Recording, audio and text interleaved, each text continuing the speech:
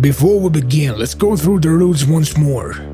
Sure, I've carefully read the handbook they gave me at the entrance though. Right, but that doesn't cover all the regulations.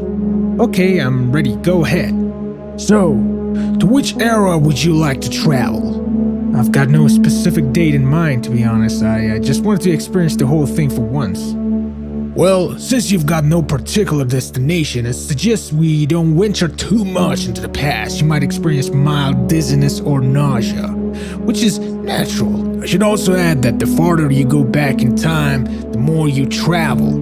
The more intense this sensation becomes, the less you'll be able to stay there. And in case you get too sick, the link will not be established and the machine will reject you. And what happens if I get rejected? To you personally, nothing. But I should say that your ticket will expire and you'll have to pay for the trip all over again, so we could issue a new one. Oh, okay, so I won't go too far back in time then. Good, I couldn't agree more.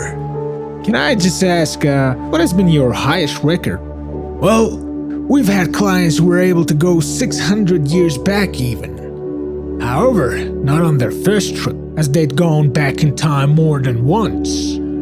It's amazing. Now, which date do you suggest I go to? I would recommend that you not go over 50 years back in time. I would assume this way you would be able to have a 2 or 3 week trip.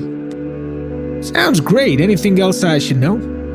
It could take a couple of hours to establish the link. You might not see anything during that period, or hear anything for that matter. Of course, you'll gradually recover your sight and hearing. However, all of that depends on the individual and obviously your host, and whether or to what degree the two of you are a good match. Very well, what else? Always remember that you're just a spectator. Do not attempt to control the host's body by any means. You wouldn't want to ruin another human's life, would you? Of course not, but what if the host does something that I'm not willing to watch, like bystander? I'm afraid there's no off switch for that. You'll be linked to a random individual living in the past 50 years, and you can watch and experience their life. I can't stress this enough. You're just there to watch. Do not attempt to engage the host in conversations or take charge of their body.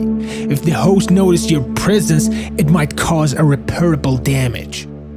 And has anything like that happened?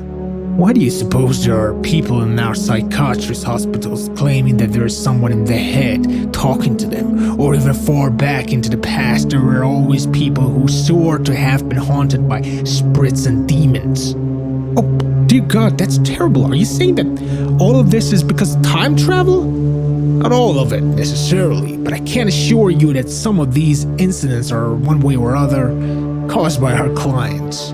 Then you should pick your clients more carefully. Indeed. That's why before anything we ask our clients to provide a clean bill of mental health, because we aim to mitigate these incidents as much as possible. Alright, anything else I should keep in mind? None. I wish you a good fortnight.